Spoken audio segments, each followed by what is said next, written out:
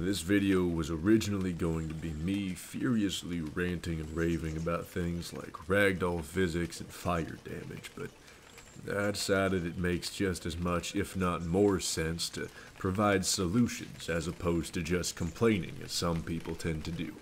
Since I already mentioned it, I might as well start out at the problem with ragdolling. Now, it's a perfectly fine feature to involve, and it's fun occasionally, but it creates more frustrating moments than anything else. I would like to immediately follow that up with saying I don't think all hope is lost, and it definitely has a place in the game, only to a lesser degree. The biggest issue with being forcibly repositioned doesn't even seem to be getting moved around or slammed into things. The problem comes from not being able to fight back. The extended period you spend attempting to stand all the way back up on your feet is what kills you more often than impact or explosive damage.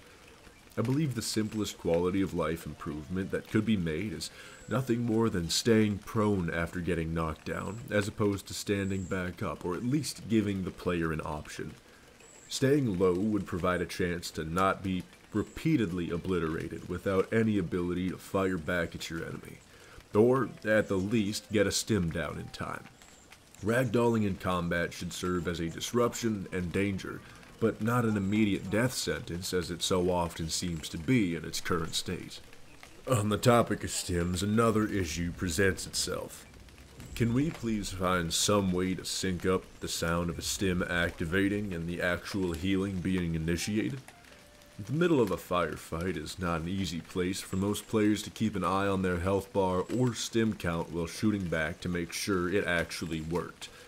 I've had this happen to me personally, and I've seen it happen to dozens of other people, and the whole problem could be solved by simply delaying the noise by half a second so it doesn't provide a false sense of security. No need to change the speed of the actual movement, only when the noise occurs. It's entirely fair for it to be interrupted so there's no stim spamming resulting in invincibility, but it's not fair to falsely indicate that healing has begun. This one isn't even a complaint or a solution, but can we begin some sort of motion to get a bolt action or single shot rifle into the game? Don't necessarily think anti-material when I say this either. Think of how the recoilless rifle compares to the Quasar.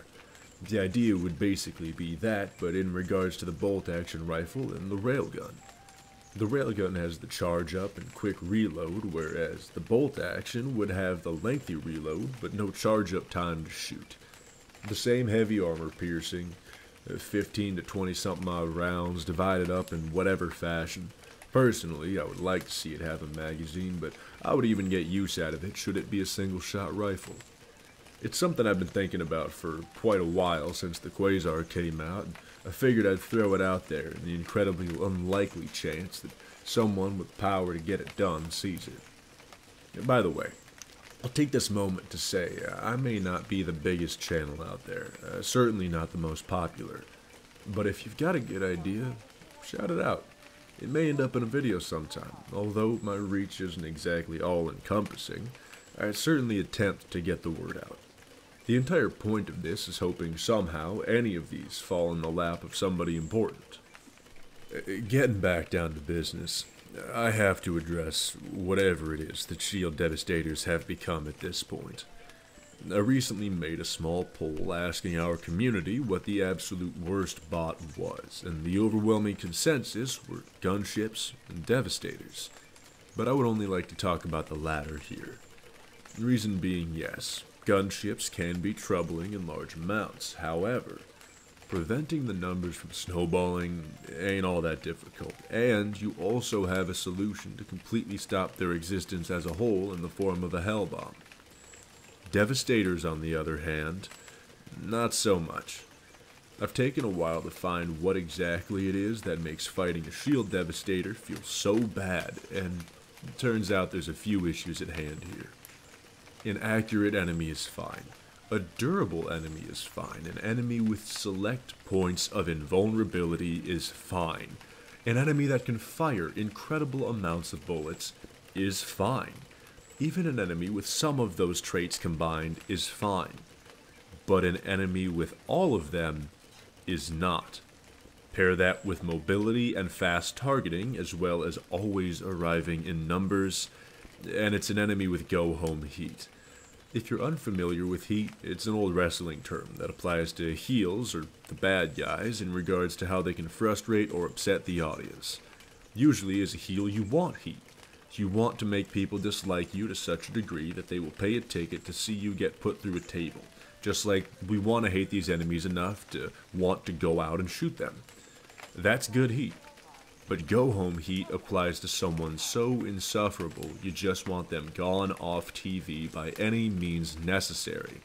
They are effectively just a reason to change channels, which is how a lot of people feel about Devastators right now.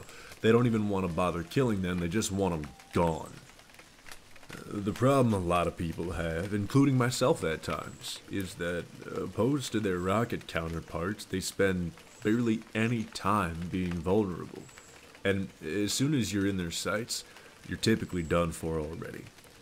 Downsizing the shield, changing the minigun, adding an interruptible ramp-up time for the minigun, any of these implemented on their own would be a godsend.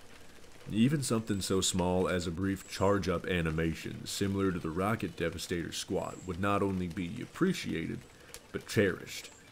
If you don't want to bother changing the character model or animations, at the least make it less accurate so there is counterplay while moving, because suppressing fire simply does not work on them.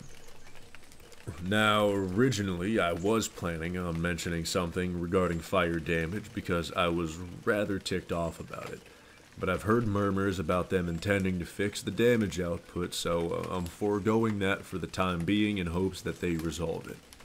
However, something that needs resolution as fast as possible that's recently been brought to my attention is defense missions. Personally, I don't touch personnel evac missions under 20 minutes because I found them so incredibly bothersome. But that's not my point of contention here. I apologize for not knowing what they're called, but my issue arises from a problem occurring with the missile silo defense missions. It may be recency bias, but when these missions work, as of right now, they're my absolute favorite missions. I like setting up the defenses, holding down a choke point. It feels a lot less messy than a standard eradication mission. They're great. However, a large problem rears its head on the bot front of things. Inevitably, at some point throughout the mission, the dropships seem to have an error in placement and either activate upon the plateaus or the extraction area.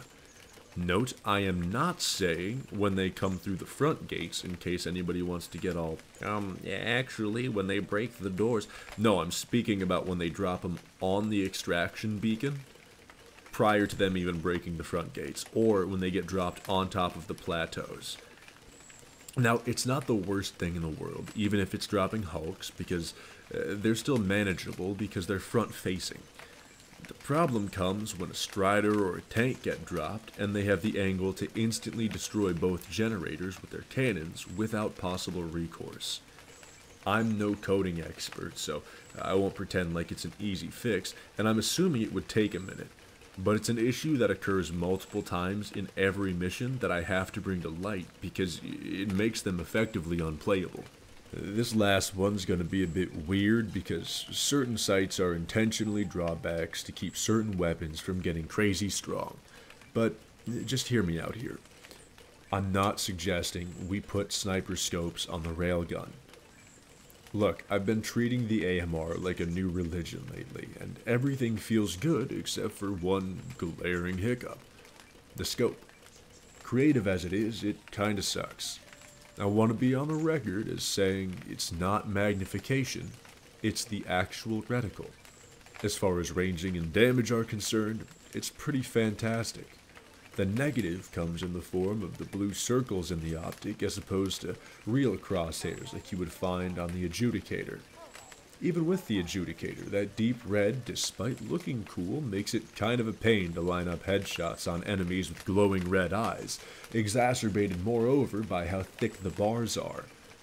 I know it's lame, but it would be nice to go back to basics with the option of equipping a simple mil-dot reticle on those high magnification scopes. Or, just give us several to screw around with. If giving us multiple reticles would be off the table, I ask that we at least get to change the colors like we can with third-person aiming, if nothing more than to provide some relief for the colorblind community.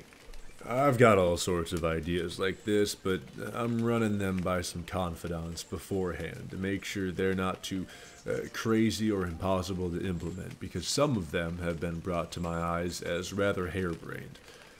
Seriously though, if you feel like you've got some good ideas, but you don't have the platform to get them out there, say something, and they might end up on one of these.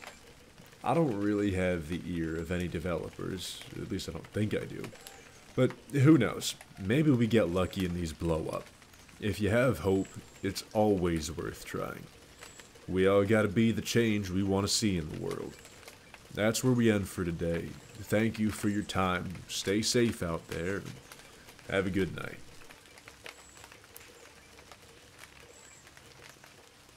By the way, the rest of this is me just going Super Saiyan on Stratagem Hero, so you can leave if you'd like. I'm not hurt by it at all. Also, not exactly sure what I did, but YouTube seems upset with me for whatever reason. My videos are getting little to no promotion, so we'll see where that goes from here.